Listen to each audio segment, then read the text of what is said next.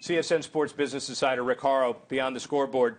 We have a really great opportunity to spend a bit more time with Chip Bergh, President and CEO of Levi Strauss & Company. If you want Levi's and you want anything related to that brand, there's nobody higher, there's nobody better. Chip, thank you for doing this. Great to be here, Appreciate it. Thank you.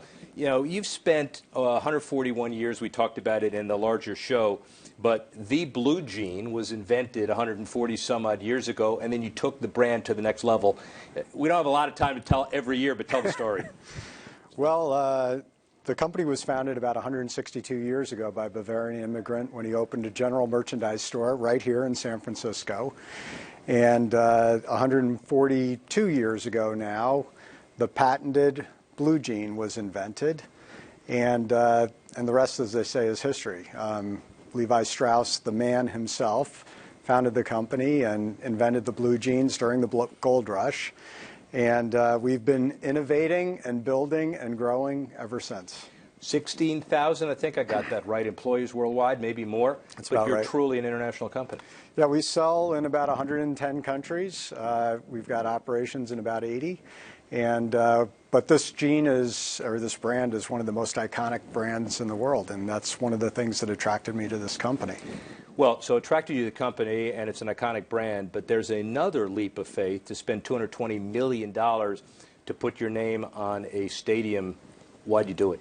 Well, first of all, I don't think anybody expected it, and I like kind of doing the unexpected. Yeah. That's part of what innovation is all about. But I had some experience from my previous company with Gillette Stadium.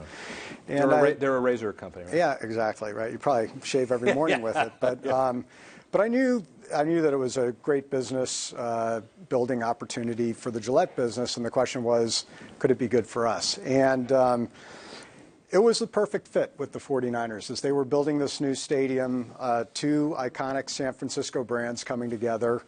You know, Sourdough Sam running out onto the field every Sunday wearing his Levi's and planting his pitchfork. And it was too good to be true. And I also believed in my heart that this was going to be a great investment as we reconnected the Levi's brand with our consumer. I mean, at the end of the day, the Levi's brand is at its best when we are at the center of culture. And what's culture in this country? It's sports, it's music, and it's entertainment. And where does that happen? In big stadiums, big venues like Levi's Stadium. Big stadiums, big venues with the iconic Golden Super Bowl happening as well, which That's of course right. is very important. Language from an article from you guys, the consumers are more excited, the competitors are more nervous, and the base more confident after you spent those dollars. Kind of an interesting way to view naming purchases or bold moves in general.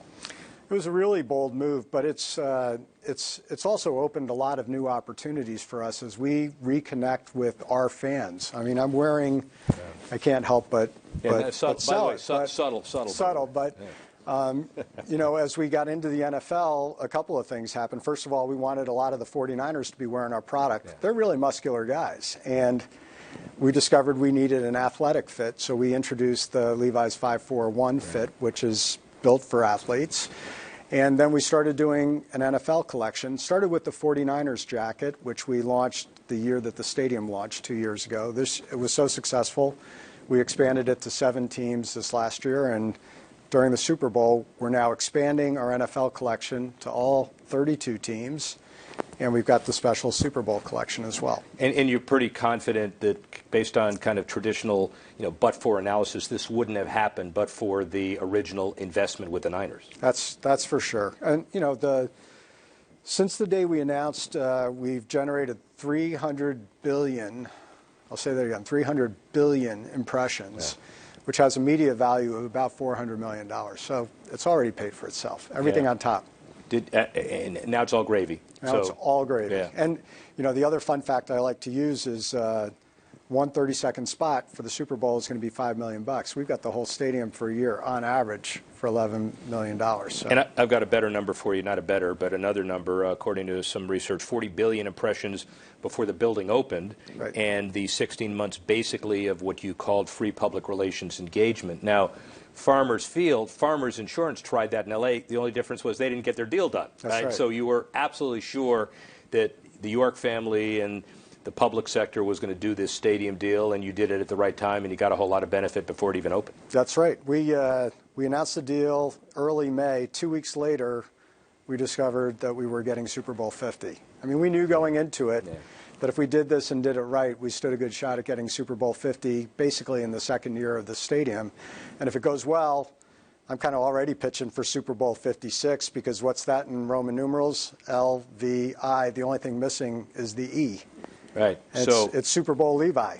Are we renegotiating the deal on camera relative to a second Super Bowl? We don't need to renegotiate. No, we clearly don't. There it is, ladies and gentlemen. Now we understand. Deal is buttoned up, and we want a second Super Bowl. And third. And more. There is a fabled Super Bowl rotation, and it's in the eye of the owners at any given point in time. But I assume one of the takeaways of a very successful Super Bowl couple weeks in 50 is that there is a implicit rotation where you're going to get the game back a number of times. Let's hope. That's kind of the thinking. We really want fans to have an amazing experience this week. 1.5 million people coming from out of town. The stadium only seats 75,000. So it's not just about the experience in the stadium, which will be amazing, but it's also the rest of the experience that they're going to have here in the Bay Area. And we think the Bay Area is really, really special. It's home and has been home to Levi Strauss since its inception. We're super proud of it, and we want out-of-town visitors to have an amazing experience when they come here. Brand extension, just a couple more. One of the other numbers, 80% of the people who are football fans, sports fans, Americans, are wearing jeans on any given day. That's pretty compelling, and it's a base from which you build on. That's right, and we are, by the way, the leading brand of jeans globally and here in the U.S. So, every time I go to Levi's Stadium for a game, I'm checking out what are people wearing. And, we want people to show up to Levi's Stadium, whether it's going to a concert or going to a football game, rocking their Levi's. Kind of a, finally, derivation of what I'd asked you earlier. 10 years from now, you look back at the relationship between Levi's, the Niners, the stadium, and the brand, and how do you feel about it? Well, 10 years from now, I think we're going to be so excited. We're going to want to extend the deal and keep it going. It has been an inflection point for us as a company. The day we announced it, now 2 years ago, it was a huge moment. As I said, nobody thought it was coming. It was totally unexpected, but it made complete sense. The marriage of the 49ers with Levi's is a perfect fit. And it was an inflection point. And I think we're going to look back in 10 years and we're going to say, Super Bowl 50 was a meaningful moment for this brand and for this company, and it took us to the next level. The bottom line of all of this is very important and harmonious relationship for the sports business as well, entertainment business also. The more success stories that a Levi's and a Niners and a stadium can generate, the better it is for every corporate public-private partnership in America. And thanks to Chip Bergh for making this happen and sharing this with us. Thanks, really Rick. Appreciate it. Thank you. Thanks for having me. Rick Horrow, CSN Sports Business Insider. Thanks for watching.